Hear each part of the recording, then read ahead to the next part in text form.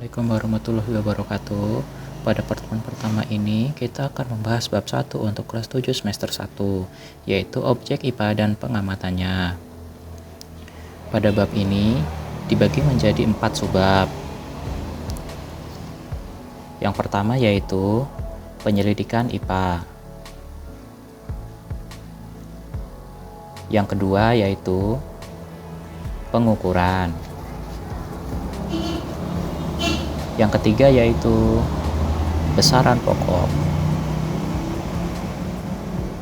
Dan yang keempat yaitu besaran turunan.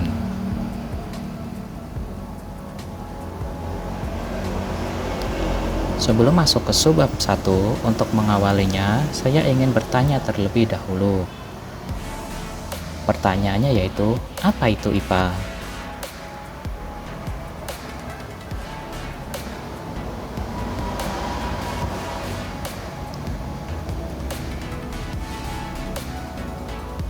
IPA adalah ilmu yang mempelajari segala sesuatu yang berada di sekitar kita, baik yang hidup maupun yang mati secara sistematis.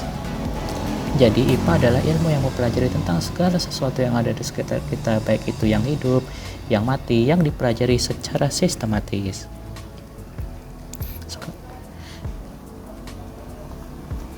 Jadi kita sudah tahu ya dari pengertian ini apa itu IPA. Oke, kita sekarang masuk ke bab 1. Ke subbab 1 yaitu penyelidikan IPA. Dalam menemukan konsep IPA, para ilmuwan melakukan kegiatan penyelidikan. Jadi dapat disimpulkan bahwa IPA berkembang melalui proses penelitian yang dilakukan oleh ilmuwan. Penelitian yang dilakukan oleh ilmuwan harus melalui langkah-langkah yang terencana dan sistematis. Yang gunanya untuk apa? Yaitu untuk memperoleh informasi yang dapat dipertanggungjawabkan secara ilmiah. Seperti yang dilakukan anak perempuan pada ilustrasi gambar ini. Pasti yang dia lakukan ada langkah-langkahnya. Langkah-langkah yang harus dilakukan dalam melakukan penelitian tersebut dinamakan metode ilmiah. Lalu pertanyaannya, apa itu metode ilmiah?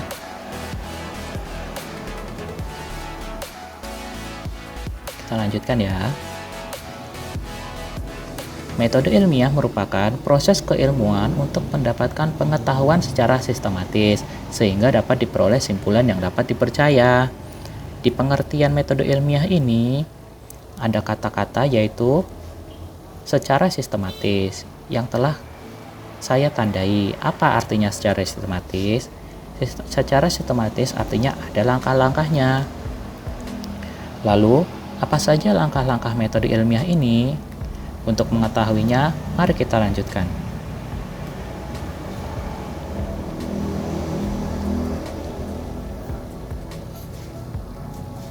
Langkah-langkah metode ilmiah. Jadi pada langkah metode ilmiah terdapat 3 langkah. Langkah pertama yaitu pengamatan, langkah yang kedua yaitu inferensi, dan langkah yang ketiga yaitu komunikasi. Kita mulai dari yang pertama dulu ya, yaitu pengamatan. Pengamatan adalah kegiatan dengan menggunakan panca indera, termasuk melakukan pengukuran dengan alat ukur yang sesuai. Pengamatan ini dilakukan untuk mengumpulkan data dan juga mengumpulkan informasi. Jadi ini ya pengertian dari pengamatan, yang mana ini merupakan langkah pertama dari metode ilmiah. Kita kembali lagi ya. Pada langkah metode ilmiah yang kedua yaitu ada inferensi. Apa inferensi itu? Inferensi adalah merumuskan penjelasan berdasarkan pengamatan. Penjelasan ini dilakukan untuk menemukan pola-pola atau hubungan antar aspek yang diamati untuk membuat sebuah perkiraan. Jadi, dalam inferensi ini kita dapat merumuskan penjelasan dari apa yang kita lakukan. Nah, jadi itu ya pengertian dari inferensi. Sekarang kita beralih yang ketiga, yaitu komunikasi. Apa itu komunikasi dalam metode ilmiah? Komunikasi adalah kegiatan mengomunikasikan hasil penyelidikan, baik lisan maupun tulisan. Hal apa saja yang dikomunikasikan dalam bagian ini? Yang dikomunikasikan yaitu data-data yang diperoleh, boleh itu berbentuk tabel, grafik, bagan, dan gambar yang relevan. Jadi, hasil yang kita dapat harus dikomunikasikan agar dapat diketahui orang banyak sebagai bahan penyelidikan selanjutnya yang mungkin kita sendiri yang lakukan atau mungkin dilakukan lagi oleh orang lain. Jadi itu adalah pengertian dari komunikasi dalam metode ilmiah. Sekarang kita kembali lagi. Jadi itulah langkah-langkah dalam metode ilmiah. Ada 3 ya, yaitu pertama pengamatan, kedua inferensi, dan yang ketiga komunikasi. Sekarang kita lanjut.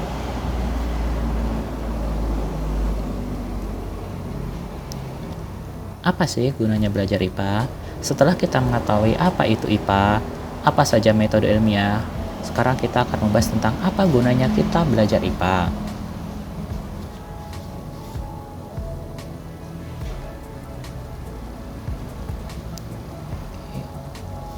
Kegunaan mempelajari IPA.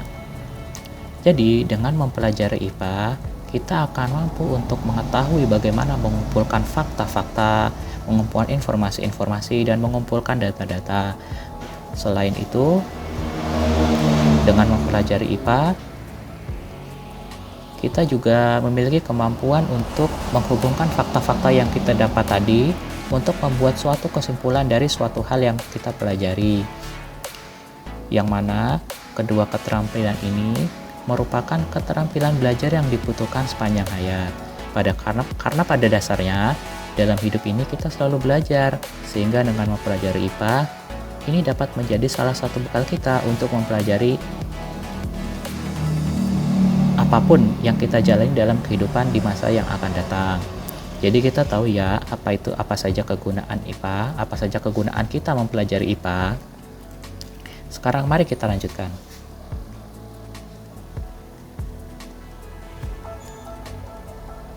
Apa saja yang dipelajari dalam IPA?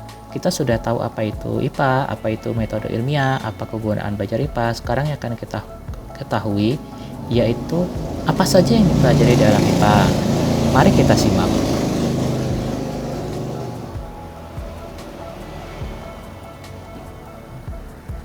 Objek yang dipelajari dalam IPA yaitu ada fisika, ada kimia, ada biologi, dan ada ilmu bumi dan antariksa. Kita mulai dari fisika terlebih dahulu. Fisika merupakan ilmu yang mempelajari tentang aspek mendasar alam, misalnya materi, energi, gaya, gerak, panas, cahaya, dan berbagai gejala fisik lainnya. Karena sebagai ilmu dasar, sehingga belajar fisika memiliki tujuan untuk memahami bagaimana alam semesta ini bekerja. Jadi itu ya pengertian dari fisika dan kegunaan belajar fisika. Kita akan kembali lagi ke halaman sebelumnya. Setelah fisika ada kimia. Apa itu kimia? Kimia adalah ilmu yang mempelajari atau menyelidiki tentang penyusun dan perubahan suatu zat.